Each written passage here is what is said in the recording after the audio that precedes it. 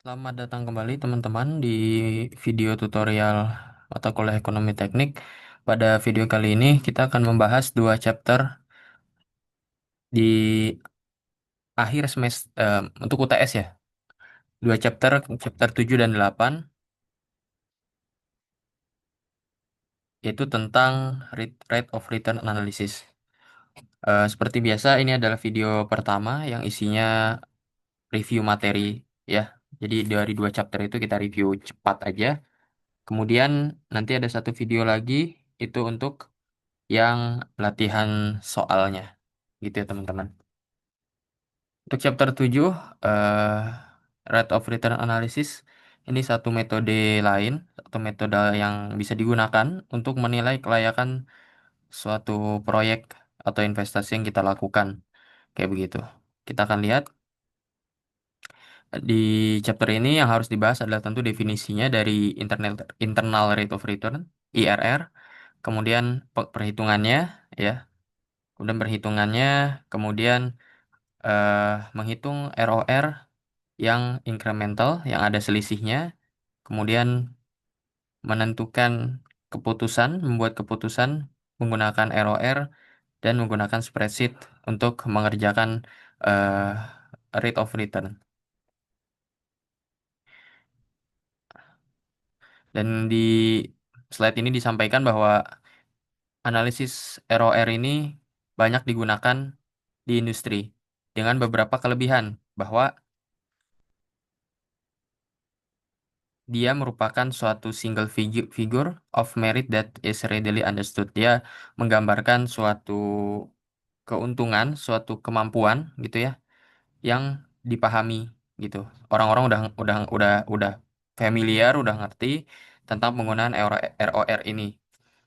Eh, Rate of return adalah ya nilai suku bunga gitu ya, yang kiranya disitulah titik impas dari investasi atau proyek yang dilakukan. Jadi antara cost dengan benefitnya dianggap break even, dianggap impas. Nah, menghitungnya juga independen. Dia terhitung terpisah atau berdiri sendiri dari menghitung yang disebut MIRR ini, Minimum Attractive Rate of Return. Kita akan lihat penjelasan lebih lengkapnya. Ini Internal Rate of Return, ya, IRR. Ini adalah suatu nilai atau suku bunga interest rate di mana present worth dan equivalent uniform annual worth-nya sama dengan nol. Jadi nanti NPW-nya dan juga EUAW ya yang sebelumnya pernah dibahas ini bernilai nol. Artinya nol, kalau worth itu kan berarti benefit min cost ya. Artinya selisih antara benefit dan cost adalah nol. Jadi jumlah benefit sama dengan jumlah cost. Ini kasusnya kalau untuk peminjaman, kalau kita minjam berarti kan adalah bunga yang harus di the interest rate paid ya, bunga bayaran gitu ya. Kalau investment berarti adalah bunga yang bakal didapat gitu ya. Itu sama aja. Nah, ini juga contoh pada investment ya, pada investment. Jadi awalnya berapa, kemudian cash flow-nya dianggap annualnya sama ya, cash flow-nya, maka ada unrecovered investment at beginning of year. Ini investment yang belum tercover gitu ya, dihitung dari eh, tahun sebelumnya. Kayak gitu. Ini 8% misalnya pada bunga 8%. ROR-nya 8%. Kemudian kita lihat berikutnya juga ini adalah bagaimana menghitung rate of return. Jadi pertama harus membuat suatu cash flow dulu. Untuk menghitung ROR harus membuat cash flow-nya. Kemudian gunakan salah satu dari 1, 2, 3, 4, 5 persamaan yang ada untuk menentukan IRR. Itu ya. Yang pertama bisa kita hitung present worth dari benefit minus present worth dari cost. Intinya harus benefit sama dengan cost ya, karena supaya nilai sama dengan nol. Atau kalau kita bikin perbandingan, benefit per cost itu sama dengan satu, menunjukkan bahwa mereka punya nilai yang sama. Atau NPW-nya sama dengan nol nih sama aja. Atau kalau mau pakai EUAW, silahkan, ini juga boleh. EUAW kan berarti EUAB, benefit minus EUAC, minus cost. Benefit kurang cost juga harus sama dengan nol gitu. Jadi ada 5 pendekatan yang bisa dipakai untuk menghitung ROR. Ya ini contohnya ketika misalnya seorang engineer menginvest $5.000 pada akhir setiap tahun, Berarti kan ini nilai nilai A ya. Nilai A-nya $5.000 tiap akhir tahun selama 40 tahun. Dia pengen $1 juta saving at retirement. Jadi di akhir di future value-nya dia pengen punya $1 juta. Maka berapa bunganya? Ya, ini yang dicari ya bunganya ya. Berarti kalau kita lihat berarti dia pengen nanti NFW sama dengan 0. Net future worth gitu ya. Jadi di masa depan dia pengen punya $1 kan, nih $1 juta ya, maka ditambah sama yang karena ini income ya masuknya jadi positif, dikurang sama yang tiap tahun dikeluarin 5.000 tapi dikali faktor konversi. Konversi apa tadi? Karena 5.000 nilai A dikonversi ke nilai F gitu. Jadi kita punya persamaan 0 sama dengan -5.000 dikali nanti faktor konversinya dihitung ditambah 1 juta gitu. Ini bakal ada nilai I, karena kalau teman-teman ingat rumus konversi ini mengandung I. Nah, yang dicarikan nilai I-nya. Jadi kalau dihitung dengan baik, itu akan dapat kira-kira I-nya 7%. Kayak gitu ya. Jadi memang ini agak iteratif, agak mencoba-coba. Ini kalau misalnya dia eh, gradually increase ya, ada arithmetic gradient, maka tadinya 100 berarti nambahnya berapa nih? Nambahnya 75 maka nanti ada faktor konversinya. Ya, kayak gini. Ini kalau pakai EUAW. Tadi kan pakai yang sebelumnya ini pakai feature value.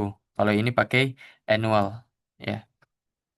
Jadi benefit kurang cost nih harus 0 dan nilainya adalah 100. Ini yang masuk ya maka dianggap positif ditambah 75 nih juga masuk dikali faktor konversi dari si gradient ke A ya karena ini kan nilai annual annuity-nya.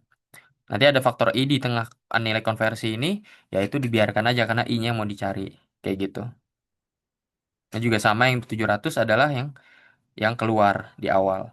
Karena dia nilai P, maka dikonversi ke nilai A. Karena kita mau pakai EUA, ya, Equivalent Uniform Annual. Maka dikonversi semua ke nilai A. Kayak begitu. Kemudian dicoba-coba nilai I-nya. Mana yang paling masuk? 5% kah, 8% atau 7%? Ternyata paling masuk 7%. Kayak gitu. Ini juga sama. Ini cuma penerapan rumus-rumusnya aja. Boleh pakai EUAW, boleh pakai NFW, boleh pakai NPW, ya. NPW juga boleh dipakai. Nanti kalau agak susah, kita bisa pakai interpolasi. Kalau di 2% segini, di 3% segini, berarti diambil di tengah-tengahnya. Karena kita kan pengen nilainya sama dengan 0, gitu ya. Kita pengen nilainya berapa nih? Ya, kita pengennya dia sama dengan 0 pada akhirnya. Jadi diinterpolasi dapat I-nya 2,67%. Kayak gitu. Ini cash flow-nya ya. Diatur seperti ini. Interest rate-nya berapa. Cash flow at the end of year. Dan yang didapat. Ini gambaran cash flow-nya. Ya ini ya. Ini kalau dia adalah student loan. Dia pinjaman. Ya. Jadi em, semakin bunganya tinggi, maka NPW juga semakin tinggi. Dibandingkan dengan ini kalau pada kasusnya borrowing ya, peminjaman. Karena peminjaman, maka dia naik. Grafiknya kayak begini. IRR adalah titik perpotongan antara si kurvanya dengan eh, sumbu X atau dalam hal ini adalah sumbu interestnya. Jadi titik potongnya di sini itu adalah nilai IRR-nya. Oke, jadi kita punya serangkaian cash flow, kita plot antara NPW dengan bunganya, kita biasa bikin rentang nanti. Nah, itu yang di tengah-tengah di titik potongnya adalah IRR-nya. Kalau pada kasus investment, grafiknya biasanya turun kayak begini dan IRR juga sama dia ada di titik potong. Yang penting dari cash flow diplot jadi NPW terhadap I, maka dia akan ketemu titik potongnya di mana. Kayak gitu. Ini juga sama untuk kalkulasinya, bisa dihitung pakai PW of cost sama dengan PW of benefit ya. Ini dihitung aja costnya berapa present worth-nya. Totalnya 1.000 ya. Present worth dari costnya ongkosnya cuma 1.000. Cuma dia doang kan yang sifatnya cost. Yang sifatnya benefit ada berapa? Ada si 40, ada 40 dan 950. Makanya 40 itu ada di 2 tahun ya. Jadi A dikonversi jadi P, 950 cuma ada di akhir tahun kedua. Dia adalah future value karena dia 950 ini adalah sold by the original buyer. Jadi dia salvage value sehingga dapat I-nya 1,5%. Tapi kalau di soal ini dia bayarannya adalah every 6 months ya, akan dibayar tiap 6 bulan. Maka untuk 1 tahun cairnya 2 kali, maka dikali 2. Karena nominal interest rate itu dikali 2, kayak gitu. Dan dihitung juga efektifnya, efektif interest rate. Karena ini yang dipakai ya, efektif interest rate ini yang dipakai. Ini juga sama, intinya adalah pakai PW of cost sama dengan PW of benefits. Dicoba I-nya kalau kayak begini, maka karena kita maunya 950 ya. Kita mau 950, kita mau menyamakan ruas kiri dan kanan, maka diinterpolasi dapat IRR 4,43%. Tapi karena itu untuk 6 bulanan, maka dikali 2, kemudian dihitung efektif interest rate-nya sebenarnya berapa. Ya.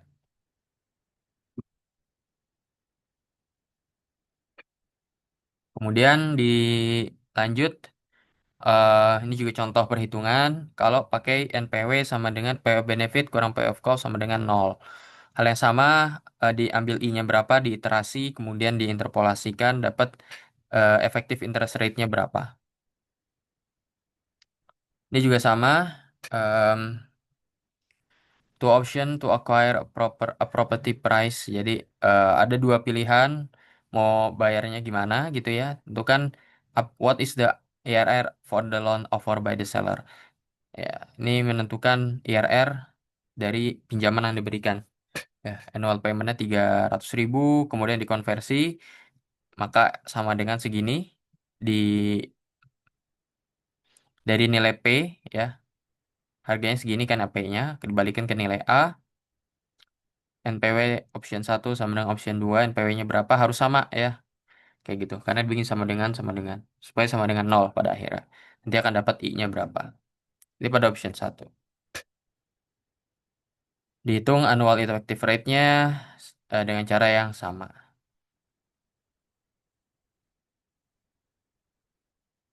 Ini juga sama ya, kalau ada dua opsi. Jadi kita membandingkan saat dia mau beli atau mau mau leasing, mau sewa-sewa dulu. Nah, kayak gini. Harusnya dia punya nilai yang sama, sama dengan 0. Untuk dapat nilai I-nya berapa. Nah, ini sehingga kita tahu ROR, most frequently used measure of merit in industry. Kita mau tahu seberapa bagus suatu industri atau suatu proyek atau suatu rencana. Kemudian sering disebut juga IRR atau ROR. Ini dua hal yang secara esensi sama. Kemudian dalam mengambil keputusan yang dibandingkan adalah IRR dengan MARR ini. Ketika lebih besar dari MARR, maka kita pilih si alternatifnya. Kita akan lihat beberapa contohnya. Tapi kalau ada dua alternatif yang memberikan benefit yang sama, maka dihitung incremental rate-nya, dihitung deltanya. Ya, deltanya ini kalau deltanya lebih besar, maka pilih yang lebih mahal. Ya, deltanya lebih besar dari MARR, maka dipilih yang lebih mahal. Kalau lebih kecil si deltanya dari MARR, maka dipilih yang lebih murah si alternatifnya. Kayak begitu. Jadi nama incremental analysis. Jadi ketika ada dua atau lebih alternatif, maka ROR dilakukan dengan menghitung delta IRR dari dua alternatif itu. Caranya adalah menghitung higher initial cost alternative minus the lower initial cost alternative. Jadi delta IRR dihitung adalah IRR proyek yang punya initial cost lebih tinggi dikurang yang punya initial cost lebih rendah.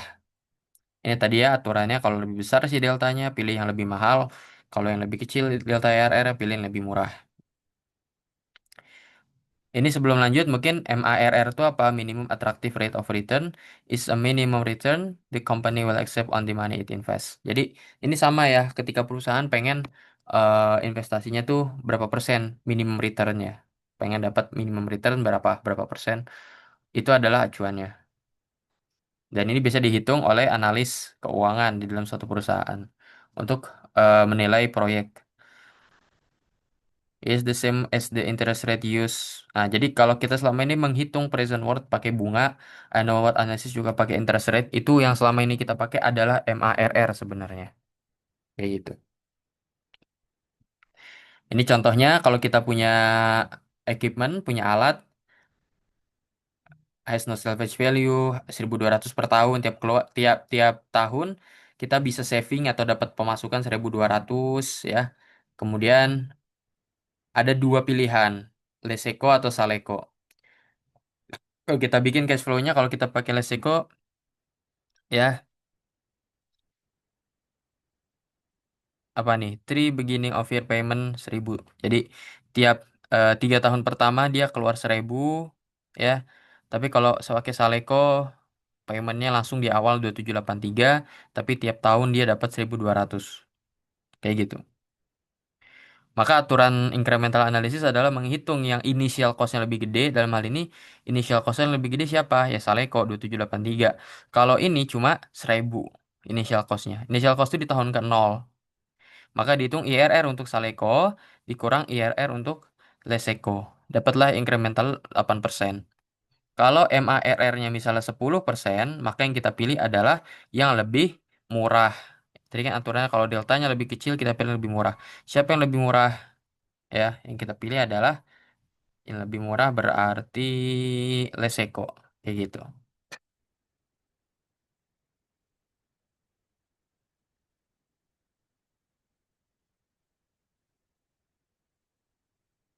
Ya, ini kalau lihat 8% kan ya.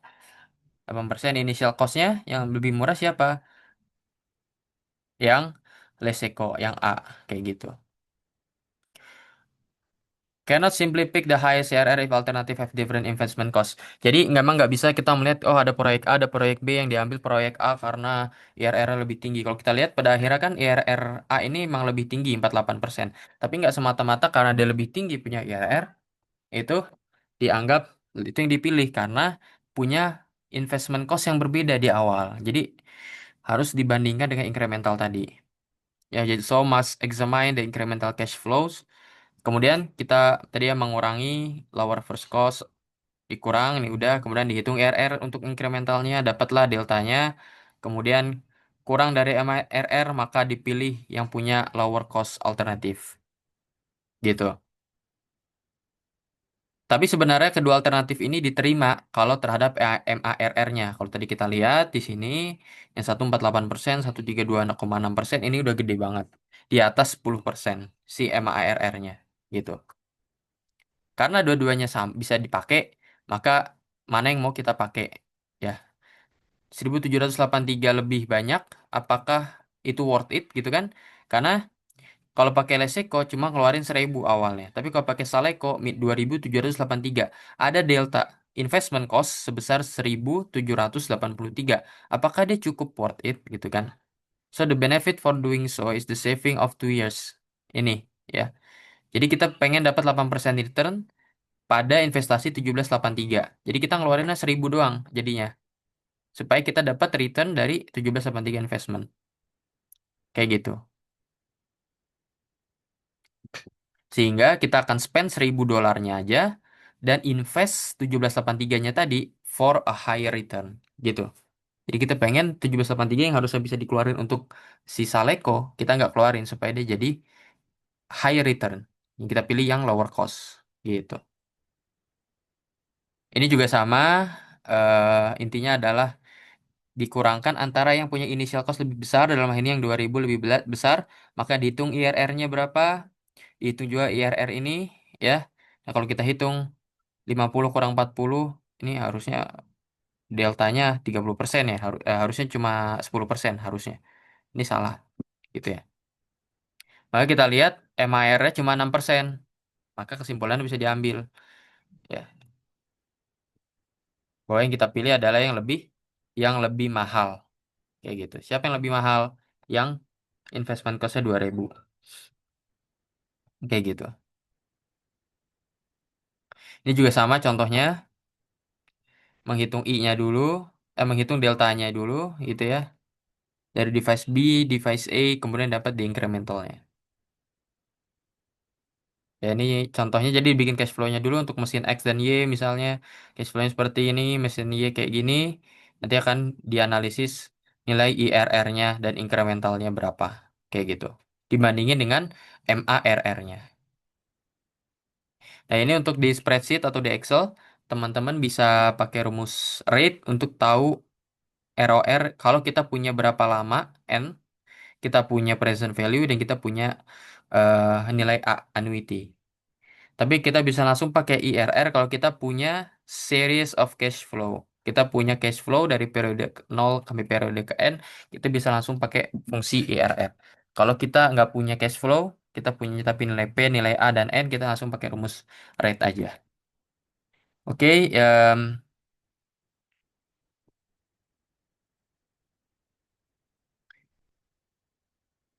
ini adalah yang pertama. Berikutnya, berikutnya adalah kita melihat chapter 8. Ini adalah choosing the best alternative. Em, Setelah kita belajar tentang NPW, NPV, EUAC, dan sebagainya, kemudian IRR juga, kita bisa sekarang menentukan beberapa cara untuk menilai proyek-proyek mana yang sebenarnya layak untuk digunakan atau diambil. Itu ya. Ada beberapa yang ini akan dibahas di pada chapter ini, choosing the best alternative, dengan incremental analysis, graphical technique, kemudian juga spreadsheet. eh ini ya, pertama kalau misalnya kita punya alternatif yang dua-duanya menguntungkan, ya, tentu kita hanya akan pakai satu alternatif aja, satu solusi. Dengan catatan bahwa ya semua alternatif yang kita punya tentu punya tujuan yang sama, punya target yang sama, gitu. Sehingga tujuan dari melakukan analisis selisih, incremental analysis, is to select the best of these mutually exclusive alternative. Kita pengen menentukan yang paling bagus, gitu ya, dari dua pilihan yang dia sebenarnya bagus. Ini dari sebelumnya dari kita bahas juga tentang incremental analysis. Could be applied to rate of return, bisa dipakai di RR, bisa juga kita pakai selisih ini di present worth, DWAC juga bisa, pakai WAW juga bisa, gitu ya. Intinya adalah higher cost sama dengan lower cost ditambah selisihnya. Kemudian kita mengenal istilah defender, ya, istilah defender ini kalau dia adalah alternatif terbaik yang berhasil diidentifikasi sejauh proses kita mengidentifikasi atau menganalisis secara ekonomi. Ada juga challenger, is the next higher cost alternative to be evaluated. Ya, nanti kita lihat bagaimana defender dan challenger itu bermain. Kemudian, nah ini ya, ini contohnya. Jadi bagaimana melakukan analisis incremental using pairwise comparison. Jadi kalau kita punya 5 alternatif A, B, C, D, E dengan masing-masing punya initial cost beda-beda, punya annual benefit uniform yang beda-beda juga, maka pertama kita urutkan dari cost yang paling rendah. Rearrange the alternatives in order of increasing cost. Jadi kalau kita lihat D itu adalah yang punya cost paling rendah sampai ke E cost paling tinggi. Udah kayak gitu, kita hitung IRR-nya. Calculate IRR of the least expensive alternative to see if it is better than do nothing.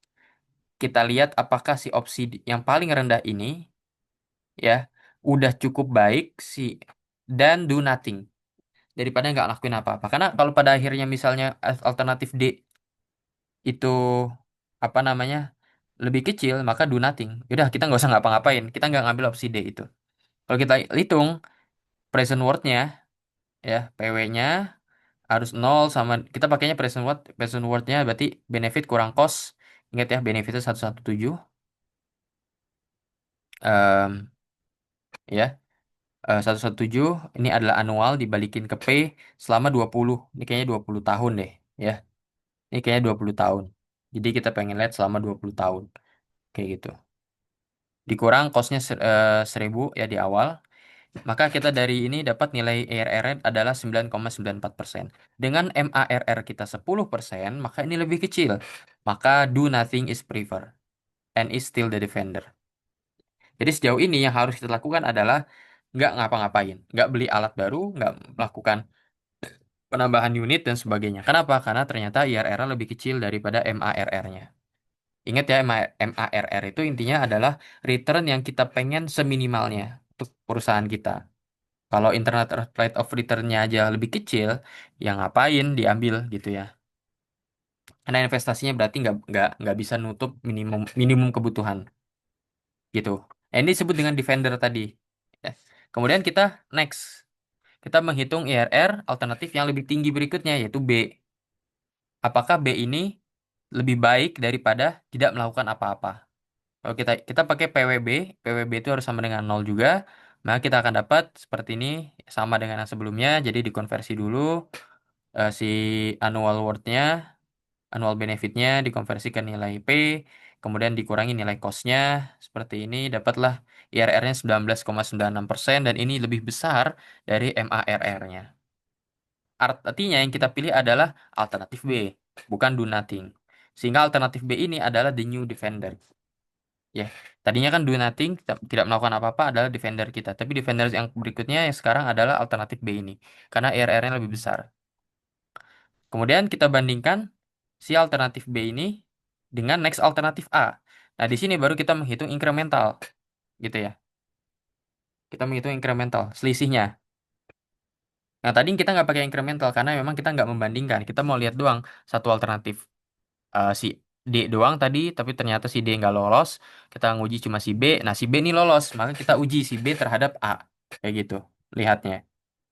The comparison must be made incrementally. Kita lihat pakai PW A min B itu harus sama dengan nol. Nanti kalau dihitung baik-baik akan berapa bersama seperti ini.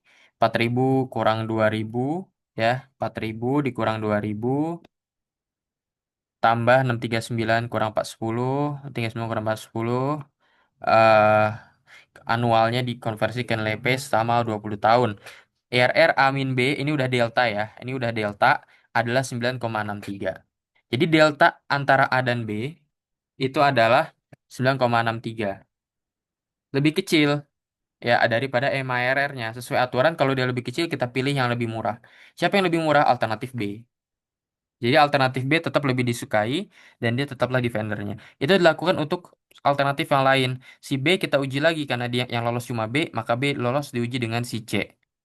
Dihitunglah secara incremental, dapatlah IRR-nya, deltanya adalah 6,8%.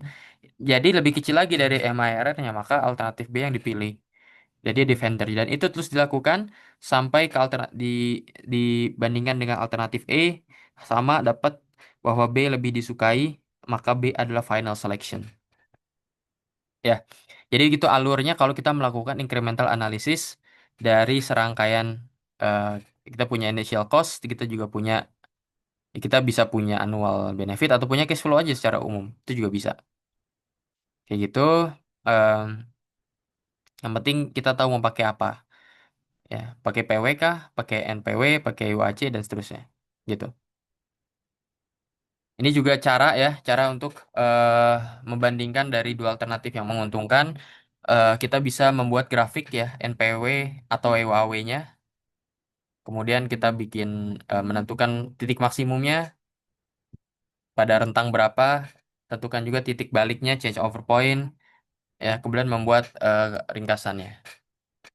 Ini choosing an analysis method. Jadi dari tadi awal dibilang bahwa banyak metode analisis bisa pakai present worth, annual cash flow, bisa pakai rate of return. Mana yang mau kita pakai gitu kan? Kalau ROR itu lebih mudah untuk dijelaskan dan lebih sering dipakai, tapi dihitung susah kalau manual. Dia paling gampang kalau pakai spreadsheet gitu. Dan dia nggak butuh MARR. Justru MARR-nya adalah dia butuhkan maksudnya adalah dibutuhkan untuk membandingkan. Kalau di bahasa slide ini kan doesn't require a minimum attractive rate of return in calculation. Jadi dia nggak dipakai dalam perhitungan. Tapi kalau kita pakai present worth mau mau mau analisisnya membandingkannya pakai present worth atau annual cash flow itu kita butuh MIRR karena itu yang dimasukin ke perhitungan. Tapi dia lebih gampang untuk dihitung tanpa bantuan Excel atau spreadsheet. Itu kelebihan dan kekurangan masing-masingnya. Ini contohnya ya, kalau kita membandingkan antara A, B, C, D, E, bagaimana IRR-nya, kemudian EU, kalau cost-nya segini, EUAB-nya berapa, present worth-nya berapa, present worth benefit ya, kemudian nilai P dari nilai annualnya berapa. Kemudian ini, jadi rank from lowest cost to highest cost, kemudian di incremental, dibandingkan menggunakan MIRR, repeat until a winner is determined, gitu. Ya, ini kalau yang graphical solution ya jadi di plot MIR 6% itu ada di sini garisnya kemudian alternatif kita ada di sini ya Ada yang present worth of cost-nya, present worth-nya di 10, dan present worth benefit-nya ini sorry, cost-nya di sini, benefit-nya di sini. Ada yang kayak gitu, ya. Jadi kita bisa lihat. Ini graphical solution, ya. Jadi melihat titik terdekatnya dari benefit cost graph. Ya. Ya, jadi bisa lihat dari sudutnya, if line between two alternative. Jadi ada garis antara dua alternatif, misal alternatif A sama C nih. Ini ada garisnya kan? Kalau kita lihat di sini, ini garis A dan C, ada di garis alternatifnya ini lebih besar dari 45 derajat, maka pilih yang lebih mahal. Ya, dalam hal ini, misalnya garis C ini lebih kecil nih dari 45%, 45 derajat, maka kita pilih yang lebih murah, yaitu si alternatif A. Kayak gitu. Jadi intinya adalah di plot ya, di plot. Nah, ini adalah NPW-nya, jelas ya. NPW kan adalah benefit kurang cost atau cost kurang benefit gitu ya. Iya, ini memilih metode analisis mau kita pakai PW kalau kita punya MIRR, menghitungnya juga less. Tapi ini not an issue when using a spreadsheet. Jadi kalau pakai Excel atau spreadsheet tuh kan ya nggak masalah, masalah perhitungan ya. Kalau AW ini MIR-nya juga dibutuhkan, tapi kalau ROR, MIRR dipakai hanya untuk membandingkan saja. So do what the organization require. Ya, karena setiap metode ini bisa memberikan eh, beneficial information yang tergantung kebutuhan. Ini ya tadi udah dibahas juga, ada fungsi rate, ada IRR. Kalau Excel tools-nya bisa pakai goal seek atau solver. Ini untuk menentukan nilai I di tengah persamaan kita. Jadi kita punya persamaan kayak apa, I-nya itu kan variabel ya. Kita pengen tahu variabelnya ini berapa nilainya. Kita bisa pakai goal seek atau solver. Kayak gitu. Kalau goal seek itu it varies the value in one specific cell. Dia memvariasikan satu nilai di suatu sel tertentu di Excel sampai rumusnya mencapai nilai yang diinginkan. Kalau solver, dia adjust the value in the changing cells, gitu. Dia mengubah juga sama ya, to produce the result from the target cell formula. Tapi dia biasanya ada constraint juga, dia harus menentukan mau kayak gimana sifat ininya, ya. Baik, itu untuk kayaknya masih ada satu PPT lagi. Berikutnya adalah tentang masih tentang IRR atau ROR, tentang kesulitannya, difficulties in solving for an interest rate. Ini bagian dari chapter 7 ya kayaknya ya, appendix 7A. Mungkin aku sampaikan aja nggak apa-apa, walaupun nggak tahu di kelas dibahas atau nggak. Ya, jadi yang pertama diperhatikan adalah adanya multiple solutions. Kita punya nilai IRR yang dua atau bahkan lebih. Kemudian kita di situ mengenal modified internal rate of return dan menggunakan spreadsheet tentu saja. Jadi yang pertama, ini kalau kita punya multiple solution, ya, kita lihat dengan serangkaian cash flow yang kayak gini, ada di tahun ke-0 keluar, tiap tahun dapat 200, tapi tahun ke-10 keluar 1.500 dan juga dapat 200. Ini kalau kita bikin secara plot, ini kita pakai graphical solution ya, itu kita akan dapat dua titik potong. Ya, tadi kan kita tahu ya bagaimana menentukan IRR adalah dari titik potong dengan sumbu X atau sumbu persen ya, sumbu sumbu bunganya, interestnya. Ini ada dua titik potong di sini dan di sini. Nah, ini kan ada multiple solutions berarti. Cash flow will multiple.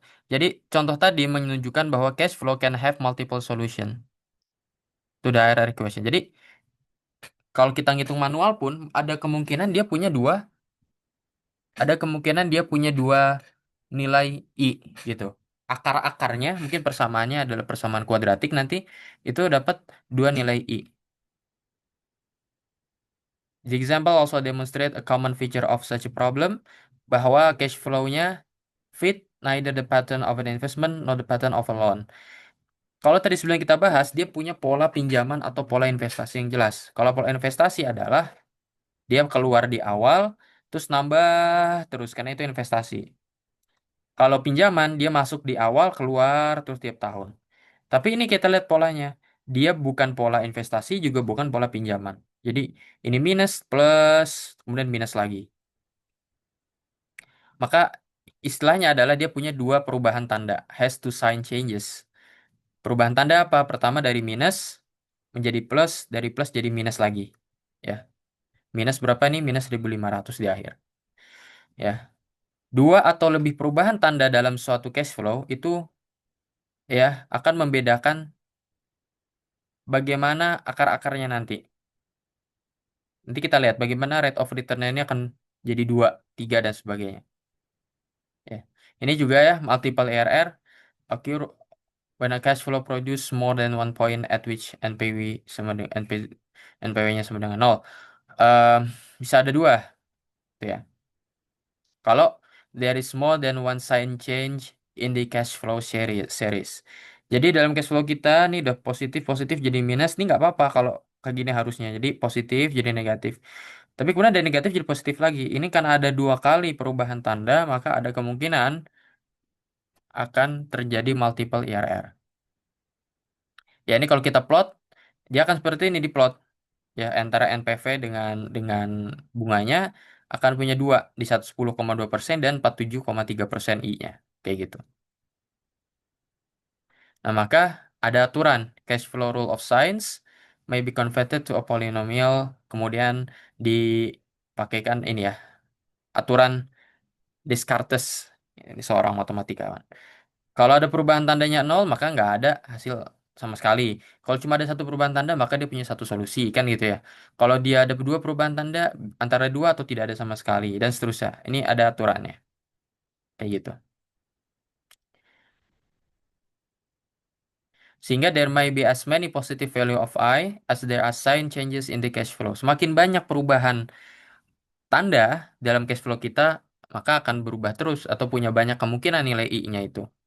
Perubahan tanda dihitung ketika positif jadi negatif atau negatif jadi positif. Kayak gitu. Ya ini sama tabelnya ya. Kalau cuma ada satu perubahan tanda, berarti kita akan punya number of positive value of I-nya ya. Kalau nggak satu, ya nggak ada sama sekali.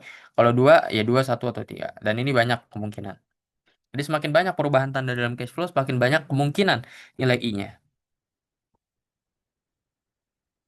So what to do? Ya apa yang harus dilakukan kalau cash flow-nya punya dua atau lebih tanda? Biasanya adalah kita fokus pada mengambil kemungkinan yang paling paling paling masuk akal gitu ya. Pertama adalah kita membuat graph present worth value over an appropriate range of negative and positive interest rate. Jadi biasanya kita bikin sumbu X-nya itu dalam rentang. Misalnya minus 100% sampai 100% gitu. Kemudian kita plot present worth kita di rentang bunga ini sampai bunga ini. Kalau kita dapat multiple roots, punya akar-akar yang banyak, maka biasanya akan ada yang negatif dan itu nggak akan bisa dipakai. Maka yang kita pakai adalah yang positive root. Ya, positive root can be used. If there is only one root, kalau cuma ada satu akar dan dia negatif, maka itu yang benar. Itu ya. Jadi kalau ada negatif positif, berarti positif yang diambil. Tapi kalau dia cuma satu dan ada negatif, dan dia negatif, maka ya itulah IRR-nya. Gitu. Paling sering, kapan proyek yang punya multiple sign changes ketika dia punya salvage value. Punya salvage value. Atau salvage cost. Ya. Karena harusnya dia keluar malah jadi masuk atau masuk jadi keluar di akhir tahun ya karena salvage value kan di akhir periode. So this salvage value atau salvage cost can be large for environmental restoration at termination. Dia ya cukup berpengaruh lah kepada perhitungan kita. Ini contohnya ya. This project is representative of ones with a salvage cost. Jadi awalnya udah ya sifatnya investasi dia dapat tiap tahun di akhir harus ada salvage cost-nya. Maka kalau kita plot, harusnya dibuat plot. Nah, seperti ini dibuat plot. Jadi dibuat range dulu, misal dari minus 50% sampai ke 50%. Kemudian cash flow-nya itu diplot dengan bunga-bunganya ini. Kalau plotnya seperti ini, kita lihat ada dua akar, yaitu di sekitar 30 minus 38,29% dan juga ada yang 10,45%. Maka yang diambil yang positif bunganya. Ya, setelah diplot, diambil one positive root yaitu 10%. Yang negatif nggak boleh dipakai. It's not useful. This root is not useful.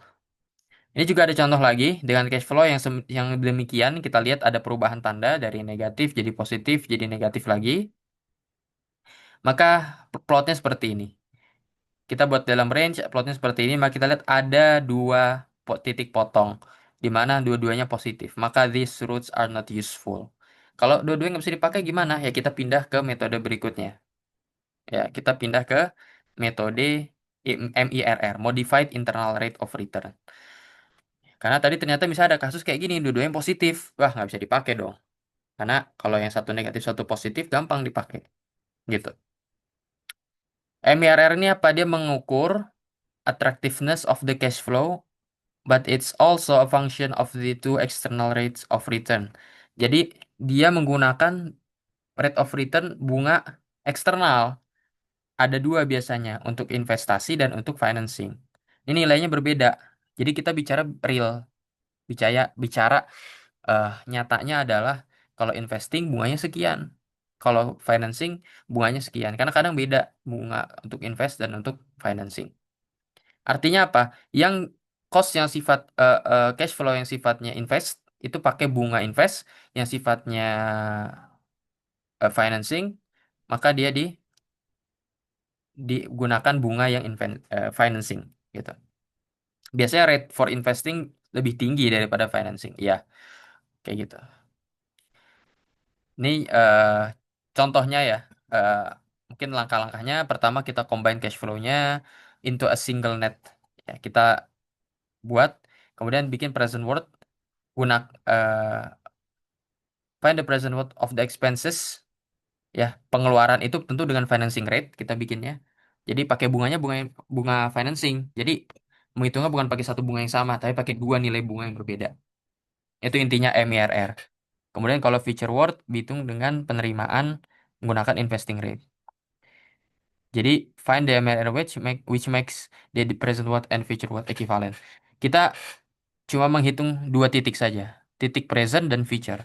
Yang present dihitung pakai bunga financing, yang di future kita hitung pakai bunga investing. Nah, present dan worth ini harus sama dengan nol, alias ini ya present worth sama dengan future worth harus ekivalen gitu.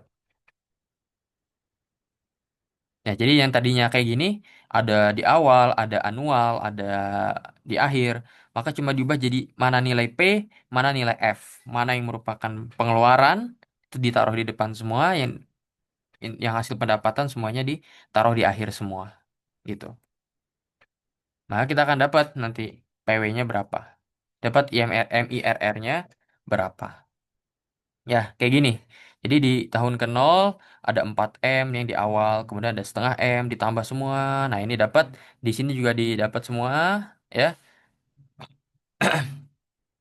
Maka dihitung ini PW-nya dan FW-nya, kita tahu dia harus bernilai apa? Find the amount which makes the present worth and future worth equivalent. Jadi kita sama dengankan kedua belah pihak, ini sama dengan ini, nanti akan dapat MIRR-nya 13,64%. Ya,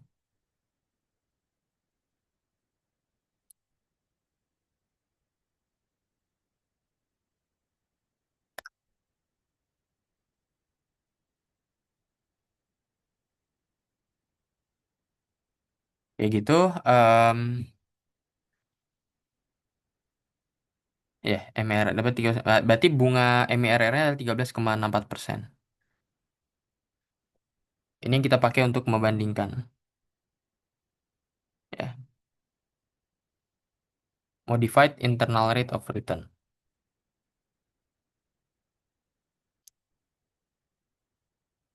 Jadi cash flow kita harus sedemikian dengan bunga sekian. Ini yang dipakai. Gitu ya. Kalau kita mau pakai spreadsheet, maka rumusnya langsung pakai MIRR ya. Values, financing rate, reinvest rate. So to find modified internal rate of return of a series of cash flow using finance rate for negative cash flow. Jadi nanti dipisahin mana yang negative cash flow and reinvest rate for positive cash flow. Ya, jadi di rentang berapa? Ya, nanti kita lihat ya di contohnya. Bagaimana menghitung MIRR. Itu ya teman-teman disampaikan untuk materi chapter 7 dan 8 tentang ROR atau IRR dan MIRR dan menggunakan graphical solution juga. Semoga membantu dan em, semangat untuk UTS-nya di hari Rabu ya katanya. Oke, nanti setelah ini juga teman bisa lihat video latihan soalnya.